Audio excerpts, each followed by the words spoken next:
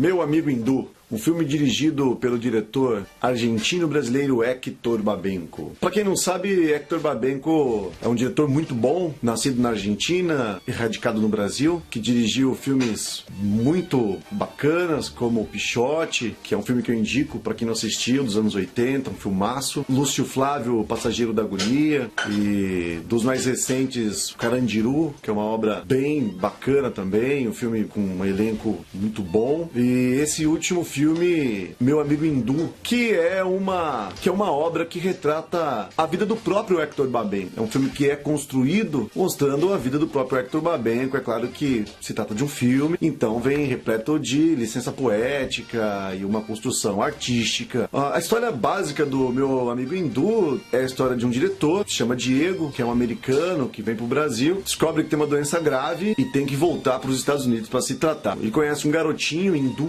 no hospital e ele estabelece ali uma amizade com essa criança. O filme trata, na verdade, de assuntos bem claros, assuntos definidos. Toda a história gira em torno de um personagem egocêntrico que maltrata a sua família, as pessoas por perto. Segundo ali, o que deu pra entender é como o Héctor Babenco se sente, né? Que o personagem é ele. O Babenco, ele também constrói com o personagem a ideia de uma aproximação por interesse, que é uma coisa terrível, né? O personagem sente isso, que as pessoas se aproximam por interesse, e é por isso que algumas cenas do filme ele faz questão de tratar bem a empregada que está servindo a mesa para aquelas pessoas ricas, ele trata bem o caseiro que está limpando a piscina, ele trata bem a criança, que é a pureza. Então eu acho que o detalhe essencial é esse, né? É um filme que fala sobre interesse, isso, e como isso incomoda o Babenco. A Maite Proença, na festa, ela chega até ele, fala que quer ser dirigida por ele, ele que se encontra com ela no banheiro. Então é uma questão de interesse. A construção do filme em si, ela tem algumas falhas. Por exemplo, o título do filme não condiz com o filme em si. O menino hindu, a história hindu, ela é pouco explorada pelo diretor, tem ali algumas referências e tudo, mas podia ter sido melhor explorado. O Babenco fez um bom filme, tá longe de ser o melhor da carreira brilhante dele. Bom,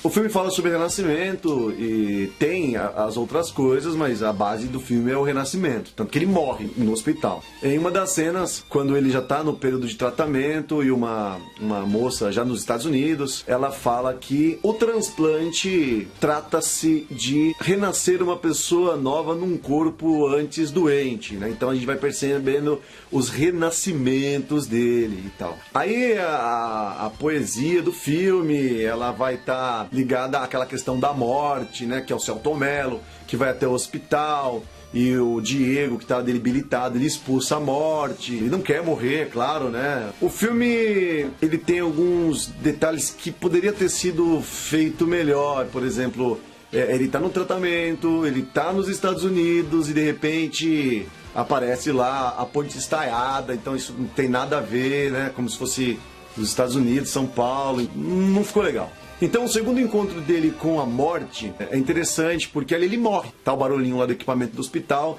e quando a morte chega, o barulho para. Ele morreu ali. Mas ele convence a morte de ficar mais um pouquinho. Ele fala que vai escovar os dentes lá, ele quer ficar mais um pouquinho, ele quer aproveitar os últimos momentos e tal. O filme também traz bastante referência ao cinema em si. Uma das cenas, assim, a mais clara de todas, é o momento onde Diego pergunta pra morte se ela joga xadrez. Então eles começam, aí uma cena posterior, eles jogam lá, e que lembra, é claro, o Sétimo Selo de William Bergman, que lembra, é claro, o Sétimo Selo de William Bergman, que é um filme clássico, né, do cinema. Então tem essas referências. Então ele acorda no hospital depois de ter jogado xadrez com a morte, ele acorda, pede para poder ficar, ele quer fazer um novo filme, e aí a história do diretor Diego vai se misturando com a do Babenco, que o Babenco fez seu último filme. Uma outra referência também, quando a gente vai perceber, né, quando a morte fala para ele que assistiu um dos filmes, e o Diego descreve uma das cenas do Pichote, que na minha opinião é uma das cenas mais bonitas do cinema. Então as coisas interessantes vão acontecendo, o Diego diz que quer fazer mais um filme, e isso é bem interessante porque o Babenco, ele morre, e é um filme que trata sobre a morte, e então é muito interessante, né, essa história toda. Depois que o Diego, ele acordou, depois do encontro com a morte, ele acordou bem, acordou disposto, porque ele vai ter mais uma chance, digamos assim. E aí na cena seguinte aparece os funcionários do hospital limpando lá um leito, né, como se a morte tivesse escolhido uma outra pessoa para poder levar no lugar dele, então ele vai poder fazer o seu filme lá e tal. Então é só aí, já pra lá do meio do fim, que o Diego encontra o amigo hindu dele, que é uma criança. Então aí um amigo do Diego tem uma casa, leva ele pra lá, ele vai ficar estabelecido naquela casa, uma nova referência ao cinema, que é um cenário dos anos 30 e tal, essa coisa toda. Então a partir desse momento o Diego, que conheceu o seu amigo hindu, ele vai estar ali fortalecendo uma amizade, que vai estar referindo novamente a vários filmes, como filme de guerra, e ali cria uma amizade com esse menino, né? Não tem assim muita coisa pra poder falar. Ele vai ali vivendo essa amizade e tal, que parece que é aquele... que é uma vida... sabe uma amizade sincera? Eu acho que é mais isso do que qualquer outra coisa, assim. É um personagem de personalidade muito forte, ele maltrata a mãe, ele maltrata a esposa, é uma pessoa ingrata, uma pessoa terrível, mas no fundo é uma pessoa sensível.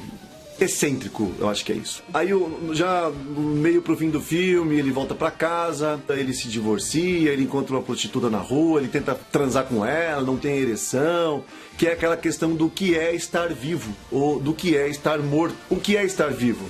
Estar vivo é ser feliz, é fazer o que gosta, e estar morto, o que quer. Essa é uma das questões do filme também. Se sentir vivo, ou se sentir morto, ainda que vivo. É mais ou menos isso. Então o tempo passa, ele se recupera, ele vai pro aniversário da mãe, e ela diz que odeia ele, porque ele parece com o pai, porque é um cara estúpido, né, bruto.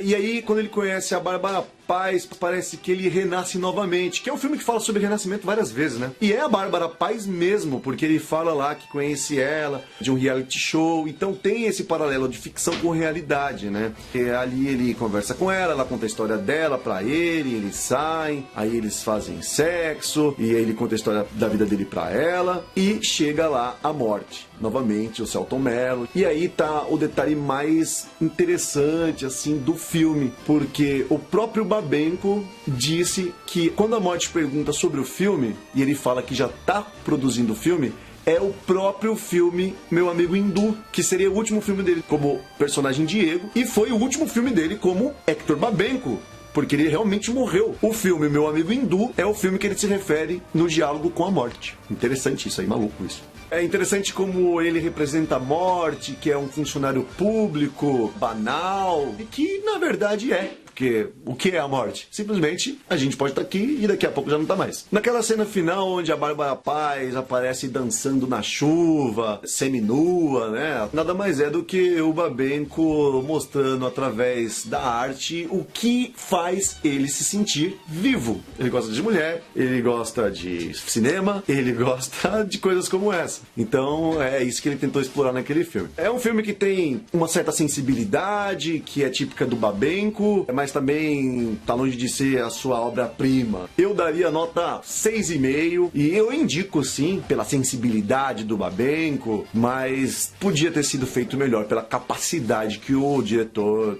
tinha, né? Porque agora ele tá morto. Mas eu indico e valeu. Você está no canal Olho Mágico e até a próxima.